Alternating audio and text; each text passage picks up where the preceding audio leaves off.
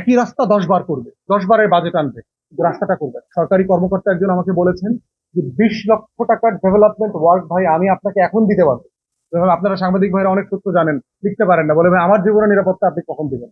যে এপ্রিলের ফার্স্ট হাফে উনি নির্বাচন করতে চান, বাকিটা নির্বাচন কমিশন ঠিক করছে।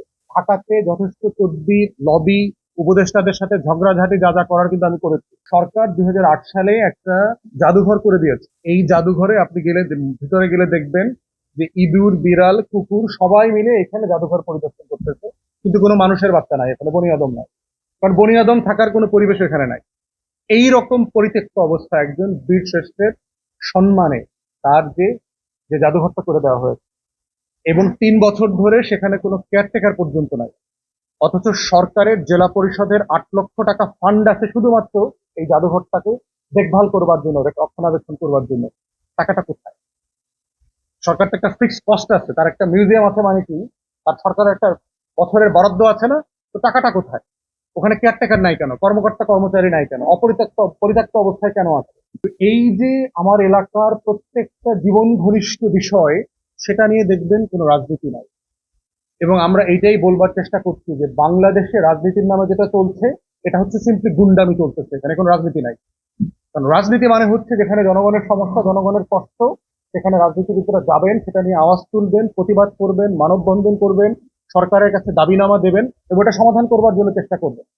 কিন্তু আমি দেখলাম যে প্রত্যেকটা সমস্যা সমাধান না হওয়ার পিছনের প্রধানতম কারণ হচ্ছে রাজনৈতিক ঠিকাদার। একই রাস্তা 10 বার করবে, 10 বারের বাজেট আনবে, কিন্তু রাস্তাটা করবে না। আমি মুর্শিদা নামক একটা এলাকায় গেলাম, আপনার সেই মাধবপাশা ইউনিয়ন পরিষদের পাশে। 30 বছর হয়ে গেছে আপনার ইট ফালাচ্ছে, 30 বছর হয়ে গেছে একটা ইটের রাস্তা, 30 বছর হয়ে গেছে ভেঙে গেছে। আমি যে গর্ভবতী মহিলাদেরকে দেখলাম আপনার বাবুগঞ্জে, ট্রলারে ওঠা নামা, কি অমানবিক একজন মা, প্রসূতি মায়ের জন্য। কিন্তু সেখানে কোনো ভালো সার্ভিস নেই। 8টার পরে ট্রলারওয়ালা বলতে কোনো ট্রলার নাই, রিজার্ভ নিতে হবে আপনাকে। রিজার্ভ নিলাম আমরা, এবং সেখানে যখন রুগীরা আসছেন, 2জন মহিলা অ্যাম্বুলেন্স থেকে আসছেন, ওদেরকে আমরা নিয়ে নিয়েছি আমাদের রিজার্ভ ট্রলারে। এই যে সমস্যাগুলো নিয়ে কন্টিনিউ কথা বলা এবং এটা নিয়ে আওয়াজ তোলা, আমরা বোধ করছি যে এটাই হচ্ছে আগামী দিনে নতুন প্রজন্মের রাজনীতি। 47, 71, 24, প্রত্যেকবার এই যে আমাদের হাজার হাজার শহীদরা জীবন দিয়েছেন, তারা আসলে বারবার ওই কথাটা বলে যাচ্ছেন যে আমরা একটা নতুন রাজনীতি চাই, নতুন বন্দোবস্ত চাই, আমার সমস্যাগুলোর সমাধান চাই। অধিকাংশ স্কুলে দেখলাম ভালো টিচার নাই, সংখ্যা অনুপাতেও পর্যাপ্ত টিচার নাই, যে টিচাররা আছেন খুবই খারাপ অবস্থা। মাধবপাশা স্কুলে টিম গ্রুপিং এর কারণে কোনো ডেভেলপমেন্ট ওয়ার্ক হচ্ছে না। সরকারি কর্মকর্তা একজন আমাকে বলেছেন যে 20 লক্ষ টাকার ডেভেলপমেন্ট ওয়ার্ক ভাই আমি আপনাকে এখন দিতে পারবো, আপনি শুধু কমিটির সমস্যার সমাধানটা করে দিয়ে যান। খুবই খারাপ অবস্থা, স্কুলে একটা ভালো টয়লেট নাই। আমরা যখন সেই 93-94 পড়েছি মাধবপাশা স্কুলে, এক্স্যাক্টলি সেম অবস্থায় আছে, এখন অবস্থা আরো খারাপ হয়েছে। তাহলে সেই বাস্তবতায় দেখেন যে রাজনৈতিক ব্যানারের এই গ্রুপের একটা কমিটি, ওই গ্রুপের আরেকটা কমিটি, তৃতীয় গ্রুপের আরেকটা কমিটি, 3টা কমিটি ডিসি অফিসে জমা হয়েছে একটা স্কুলে। কিভাবে সমাধান করবে? প্রশাসন সিরিয়াস দায়িত্ব নিতে পারছে না, কারণ প্রশাসনের তো ভয় আছে, 10 মাস পরে তো ক্ষমতার নৌকা বদলাবে না, তখন কি হবে? তার তার চাকরি থাকবে? সে ওএসডি হয়ে যাবে না? তার ক্যারিয়ারের কি হবে? তার নিরাপত্তা কোথায়? বলে যে ভাই আমি ডিসিশন নিয়ে এখন কমিটি করে দিতে পারবো, আপনি 10 মাস পরে আমার নিরাপত্তার দায়িত্ব নিতে পারবেন কিনা? জেনুইন প্রশ্ন, তার জেনুইন কথা।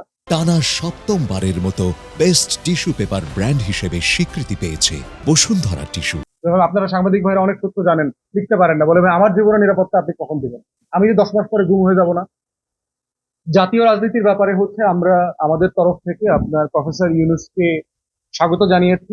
নির্বাচনের যে রোডম্যাপটা দিয়েছেন, তিনি, আমরা বারবার বলেছি যে ওনার উপরে আস্থা না রাখবার মতো কোনো ঘটনা এখনো ঘটে নাই।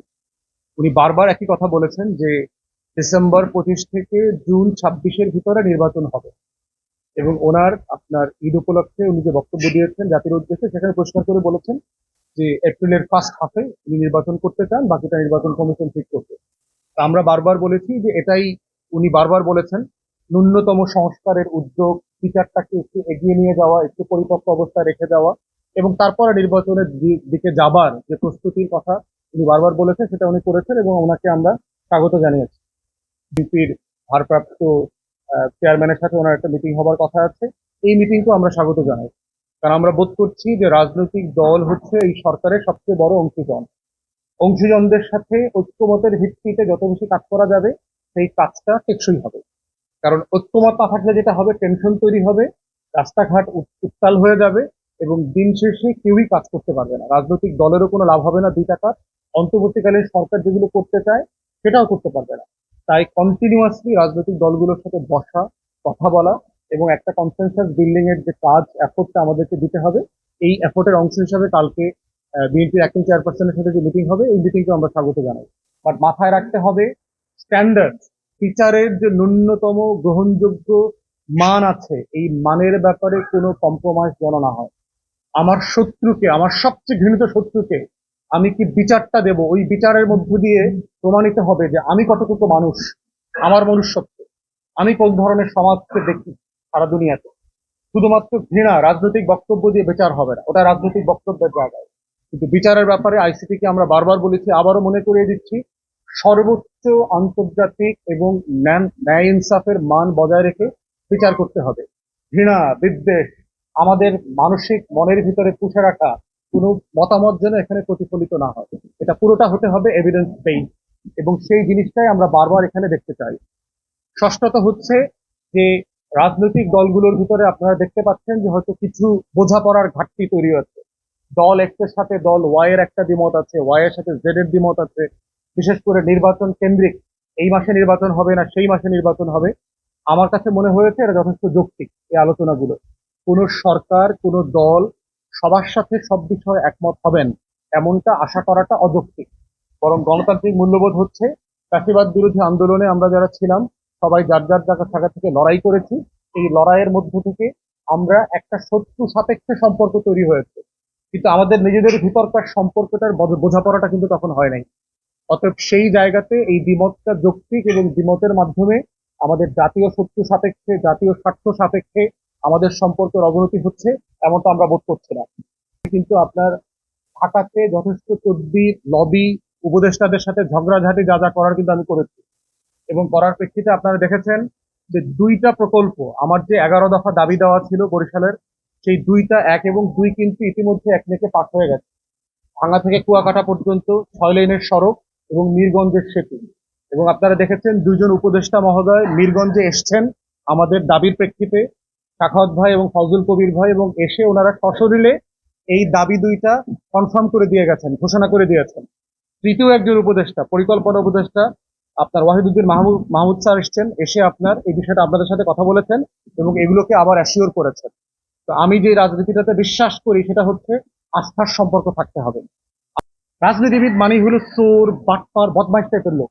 আপনি যে কোনো সাধারণ মানুষকে জিজ্ঞেস করবেন, রাজনীতিবিদদের সম্পর্কে কোনো ভালো ধারণা নাই, কারণ তারা মিথ্যা আশ্বাস দেয়, ওয়াদা দেয়, খেলাপ করে, এবং এই জিনিসটা আমরা বারবার দেখেছি। তো সেই জায়গাতে আমি আপনাদের সাথে যেটা বারবার বলেছি, যে আমি যেটা ওয়াদা দেই আমি এটা করে দেখানোর চেষ্টা করব। এবং ইতিমধ্যে বরিশাল বিভাগের যে 11 দফা ওয়াদা নিয়ে আমি কাজ করেছি, 2টা ওয়াদা ইতিমধ্যে সরকার বাস্তবায়নের আশ্বাস দিয়ে কাজ শুরু করে দিয়েছে।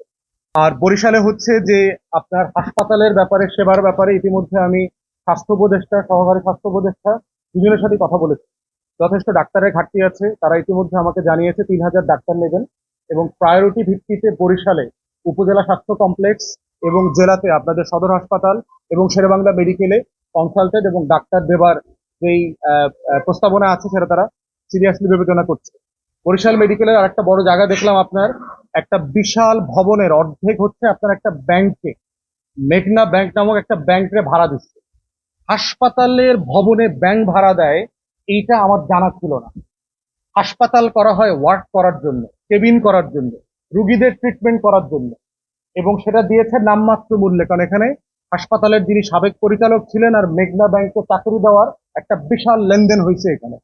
অতএব আমরা অন্তর্বর্তীকালীন সরকারকে বলছি, স্বাস্থ্য উপদেষ্টাকে বলছি, মেঘনা ব্যাংক এখান থেকে ইমিডিয়েটলি নোটিশ দিয়ে সরাই দেবেন।